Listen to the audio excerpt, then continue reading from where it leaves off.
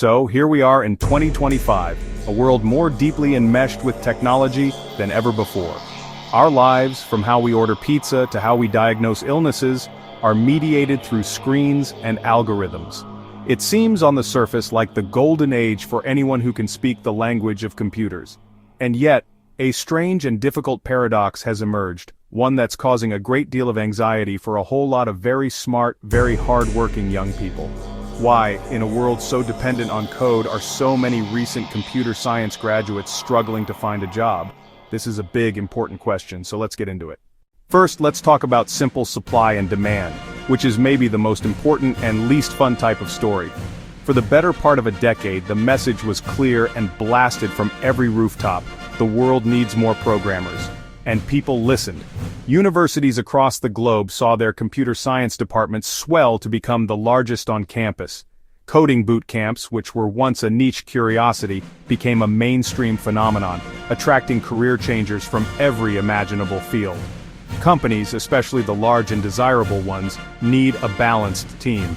An effective engineering team is a pyramid.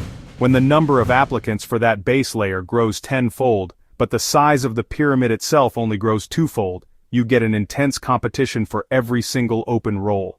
The second piece of this puzzle, the astonishing rise of artificial intelligence as a practical software development tool.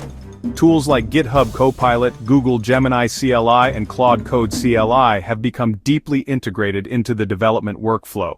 These aren't just fancy autocomplete systems, they are genuine collaborators. Think about the typical work of a junior developer a few years ago. Today, an experienced developer, armed with a powerful AI assistant, can accomplish many of these tasks in a fraction of the time. If one senior developer can now do the work that previously required them plus a junior developer, the company's immediate need to hire that junior developer diminishes significantly.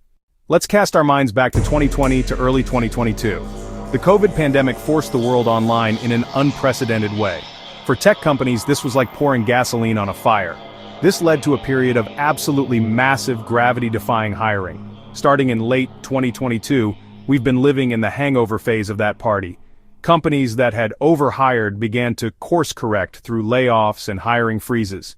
They stopped backfilling positions when people left, creating a logjam.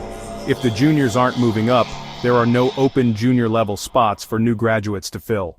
So there you have it. The struggle isn't because technology is less important, it's the result of a perfect storm. A supply-side story, a technology story, and a business cycle story all converging at the same moment. We have a historic oversupply of entry-level talent, with AI compressing junior-level tasks, while the industry grapples with post-pandemic correction. The old playbook of simply getting a degree and applying for jobs is no longer sufficient. The key now is differentiation. This might mean specializing in a high-demand niche, building an impressive portfolio of unique projects, networking relentlessly, and developing the soft skills that technology cannot replace. The path is harder now, there is no doubt. But the demand for truly exceptional, adaptable, and creative technological problem solvers is as high as ever. The challenge of 2025 is figuring out how to become one of them.